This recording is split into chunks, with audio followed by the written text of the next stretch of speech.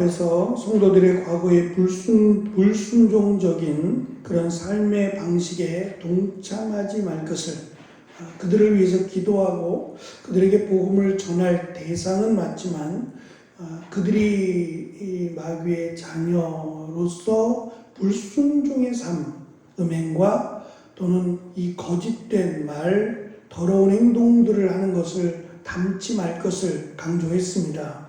그것이 세 사람의 합당한 삶의 모습, 삶의 방식임을 강조했는데, 이번에는 빛과 어둠이라고 하는 이 대조적인 그런 관계를 통해서, 특별히 과거에는 어둠이었고 현재는 빛의 자녀가 된 것을 기억하고 그에 합당한 삶을 살 것을 강조합니다.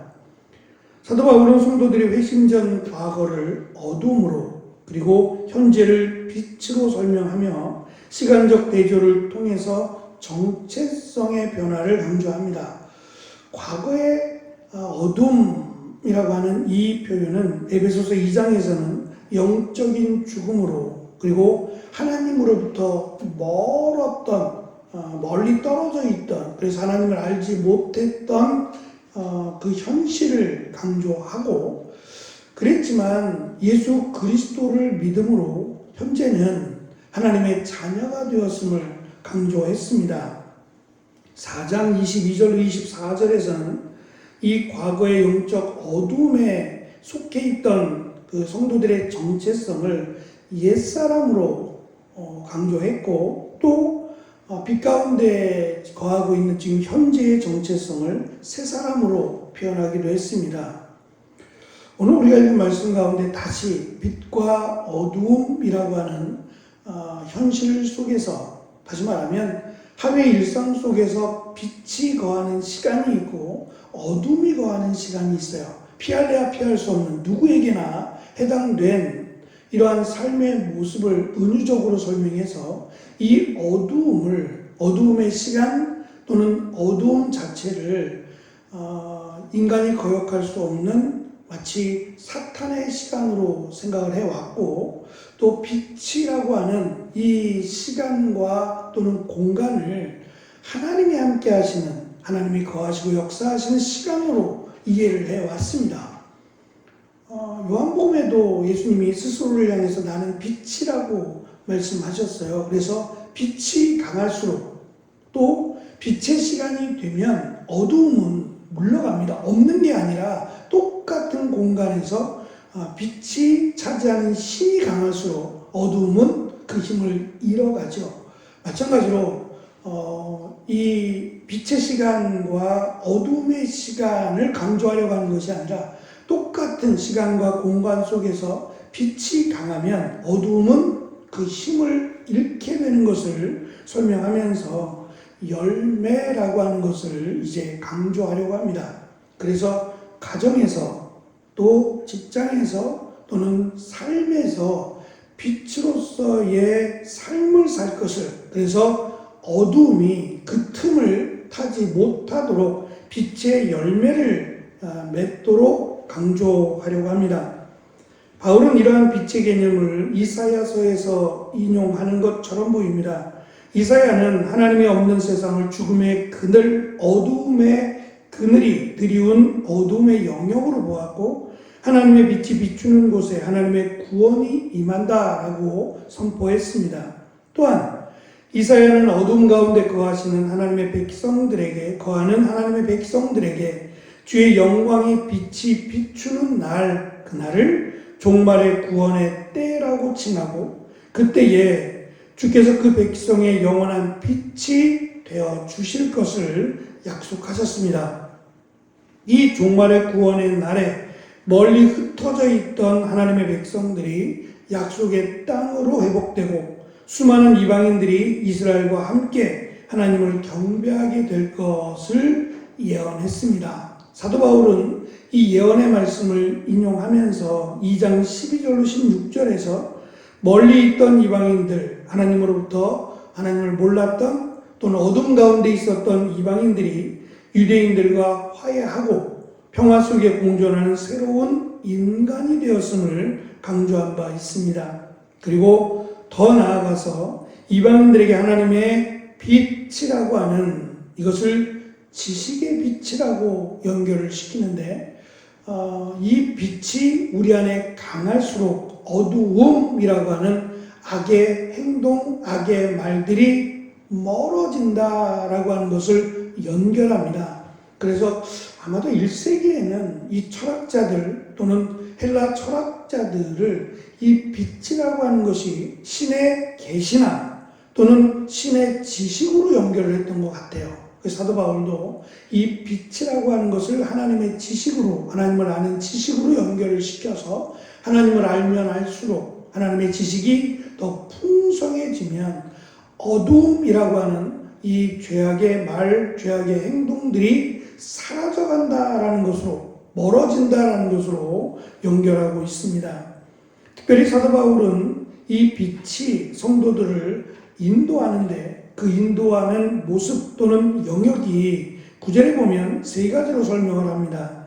먼저는 선하고 선함이라고 하는 것이고, 두 번째는 의로움, 세 번째는 진리 가운데 우리를 인도한다라고 설명을 합니다. 이 세 가지는 선함과 의로움과 진리라고 하는 것은 하나님의 속성이고 또 예수님의 속성이기도 합니다. 다시 말하면 하나님을 아는 지식은 반드시 하나님을 닮게 되어 있어요.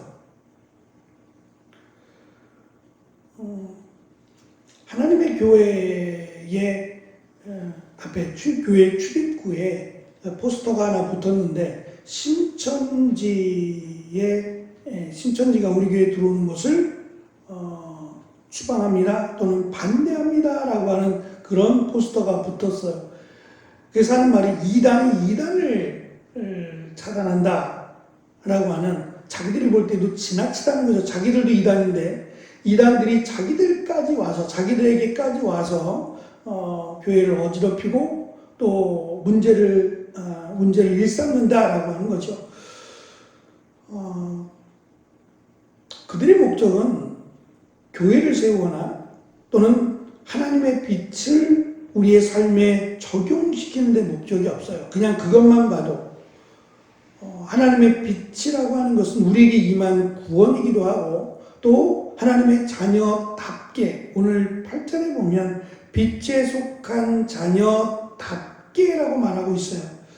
우리가 빛을 받았으면 그 빛이 영향력을 우리에게뿐만 아니라 다른 사람에게도 비추어야 된다는 거죠. 그래서 예수님은 너희는 빛이고 소금이다라고 말씀하셨습니다. 마찬가지로 자녀답게 살아가는 그 모습, 그 방식에 대한 설명을 이제 쭉 설명할 텐데, 그것이 하나님의 선함과 의로움과 진리이심을 드러내야 한다는 거죠. 우리가 말하는 것에서, 우리가 행동하는 것에서 하나님의 의로우심이, 선하심이, 진리가 드러나야 됩니다. 그것이 진정한 하나님의 빛이라고 사도 바울은 강조합니다.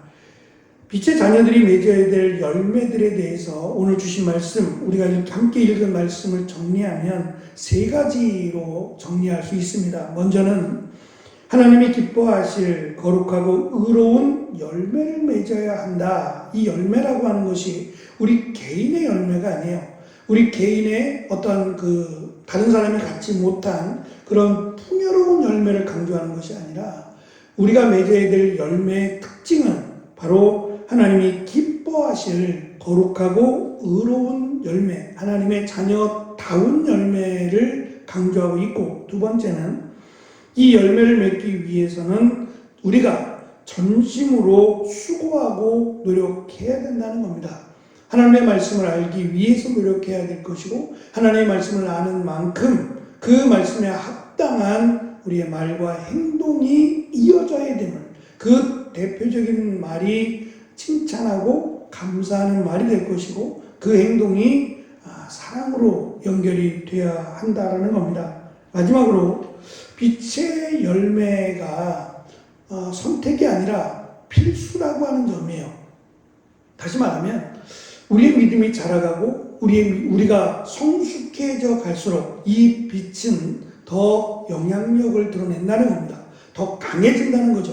우리가 자라간다라고 하는 의미는 키가 자라는 게 아니라 우리의 믿음이 자라가고 하나님을 아는 지식에서 자라간다는 건데, 그것이 드러나는 것이 말씀드린 이 열매들이 더 풍성해진다는 겁니다. 오히려 더 사람들에게 칭찬하고 더 사람들을 세워주고 더 감사하고 우리의 말과 행동이 더 은혜롭게 변하는 것, 그것이 자라가는 또 자란 결과라고 할 수 있습니다. 그래서 빛의 열매를 맺지 못하면 어둠의 열매를 맺게 되는 것으로 설명을 해요. 그러니까 그냥 단순히 빛의 열매가 부족하네 라고 끝날 문제가 아니에요. 반드시 이 공간 안에 빛이 약하면 대신 어둠이 강하게 돼 있어요. 그러니까 내 안에 빛이 강하지 않으면 반대로 어둠이 더 강해진다는 겁니다. 그러니까 어둠이 없는 상태가 아니라 빛과 어둠은 공존하고, 우리가 예수 그리스도를 믿음으로 어둠이 사라지지 않는다는 거예요. 저절로 사라지는 게 아니라 우리가 예수 그리스도를 믿으면 이 어둠이라는 공간에 들어서게 될 때에 빛이 강할수록 어둠은 약해지는 겁니다. 그래서 어두움과 빛의 싸움이라고 하는 영적 전쟁을 우리는 매일같이 해야 되고, 이 영적 전쟁에서 빛이 강할수록 어두움은 물러가거나 사라지게 되는 거죠. 그래서 이것은 선택이 아니라 반드시 빛의 열매 또는 빛의 자녀답게 더 빛이 강할수록 이 어두움이 우리 안에서 사라진다, 교회 안에서 사라진다라는 것을 의도적으로 강조하므로 중간은 없다.